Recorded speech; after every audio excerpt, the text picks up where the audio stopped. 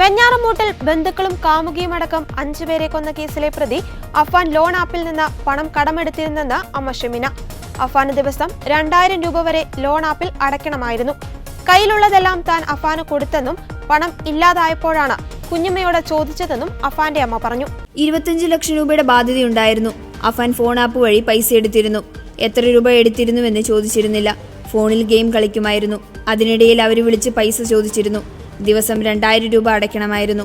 ഞാനാണ് പണം കൊടുത്തിരുന്നത്. എന്റെ കയ്യിലില്ലാതെ വന്നപ്പോൾ കുഞ്ഞുമ്മയുടെ അടുത്ത് ചോദിച്ചിരുന്നു. അവർ തന്നില്ലെന്നും അഫാന്റെ അമ്മ പറഞ്ഞു. കൊലപാതകങ്ങൾ നടന്നതിന്റെ തലേ ദിവസം അഫാനും ഷെമീനയും കൂടി തട്ടത്തുമലയിലുള്ള ബന്ധുവിന്റെ വീട്ടിലെത്തി 50,000 രൂപ കടം ചോദിച്ചിരുന്നു. പണം നൽകാതിരുന്ന അവർ പരിഹസിക്കുകയും അധിക്ഷേപിക്കുകയും ചെയ്തു.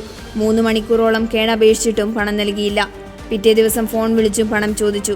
അപ്പോഴും നിരസിച്ചു. ഇതോടെയാണ് അഫാൻ കൊലപാതക പരമ്പരയ്ക്ക് തുടക്കമിട്ടതെന്നാണ് ഷെമീനയുടെ മൊഴി. കട്ടിലിൽ നിന്ന് വീണാണ് തനിക്ക് പരിക്കേറ്റതെന്ന് ഇതുവരെ പറഞ്ഞിരുന്ന ഷെമീന ആദ്യമായാണ് അഫാൻ ആക്രമിച്ചതെന്ന് സമ്മതിക്കുന്നത്.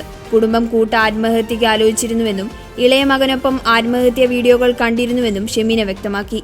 ആർഭാട ജീവിതം കാരണമാണ് കടം കയറിയതെന്ന് പറഞ്ഞ ലത്തീഫ് തന്നെയും മാതാവിനെയും നിരന്തരം കുറ്റപ്പെടുത്തിയതിന്റെ വൈരാഗ്യമാണ് കൊലപാതകത്തിന് കാരണമെന്നും അഫാൻ പോലീസിന് മൊഴി നൽകിയിരുന്നു.